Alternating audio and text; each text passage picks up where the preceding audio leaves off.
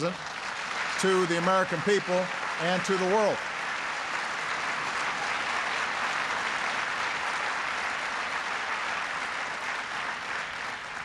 The funding we're asking for is needed to keep strengthening our capacity here at home so we can respond to any future Ebola cases. The funding allows us to keep making progress in West Africa. Remember, we have to extinguish this disease. This is not something that we can just manage with a few cases here and there. We've got to stamp it out. The funding is needed to speed up testing and approval of any promising Ebola vaccines and treatments, including those here at the NIH. It's needed to help us partner with other countries to prevent and deal with future outbreaks and threats before they become epidemics. This is something I want to just focus on for a second. Tony and I were fondly reminiscing about SARS and H1N1.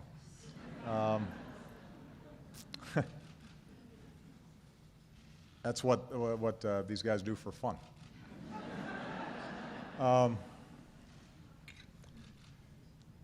And we were lucky with H1N1 that it did not prove to be more deadly. We can't say we're lucky with Ebola because obviously it's having a devastating effect in West Africa, but it is not airborne in its transmission. There may and likely will come a time in which we have both an airborne disease that is deadly.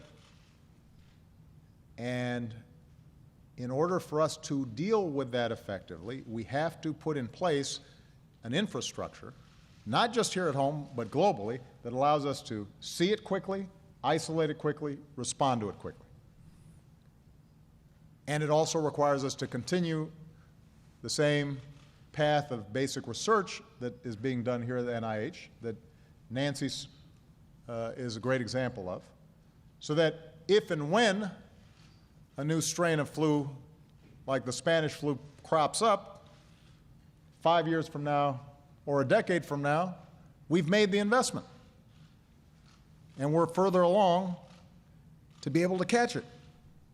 It is a smart investment for us to make. It's not just insurance. It is knowing that down the road we're going to continue to have problems like this, particularly in a globalized world, where you move from one side of the world to the other in a day. So this is important now, but it's also important for our future and our children's future and our grandchildren's future. In the last few elections, the American people have sent Washington a pretty clear message. Find areas where you agree. Don't let the areas where you disagree shut things down. Work together and get the job done.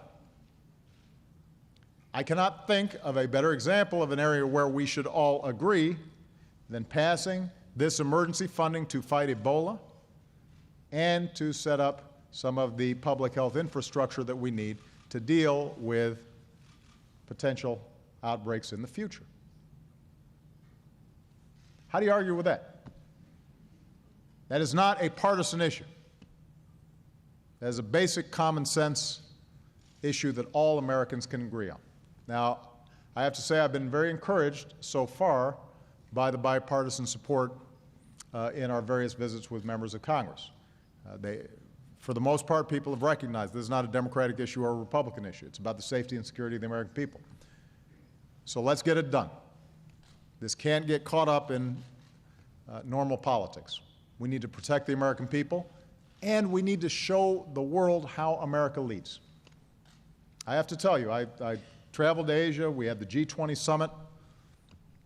If America had not led, if I had not been able to go to CDC, make a major announcement about the commitments we were going to make, be able to go to the United Nations, and basically call on other countries to step up and know that we were following through with our own commitments. Had we not done that, the world would not have responded in the same way. American leadership matters every time. We set the tone and we set the agenda. Now, in closing, I want to leave with a story that speaks to what we have to do. Nancy Wrightbowl is from Charlotte, North Carolina. She's a mom, grandma, wife, also a Christian missionary. Along with her husband, she went to Liberia. She was doing God's work, caring for Ebola patients. It's hard to imagine a greater expression of the Christian ethic. And she was then infected herself. So she was brought back to Emory in Atlanta. She received excellent care. Nancy was released in August. She is Ebola-free. She continues to recover. And she said this about how people treat her even today. You have some people that just totally wrap their arms around you and shake your hand. And then you have other people that stand 10 feet away. Some people wrap their arms around you, some people stand 10 feet away. This disease is not just a test of our health systems, it is a test of our character as a nation. It asks us who we are as Americans. When we see a problem in the world, like thousands of people dying from a disease that we know how to fight, do we stand 10 feet away or 10,000 miles away? Or do we lead and deploy and go to help? And I know what kind of character I want to see in America. And I know the kind of character that's displayed by people here at NIH and some of your colleagues that are deployed right now in Liberia. That's who we are. We don't give in to fears. We are guided by our hopes, and we are guided by our reason, and we are guided by our faith, and we're guided by our confidence that we can ease suffering and make a difference. And we imagine new treatments and cures, and we discover, and we invent, and we innovate, and we test, and we unlock new possibilities. And when we save a life and we help a person heal, we go up to them and we open our arms, and we wrap our arms around them with understanding and love and compassion and reason. That's what you do here at NIH. That's what we do as Americans. That's who we are. That's who we'll always be. Thank you very much. God bless you. God bless the United States of America.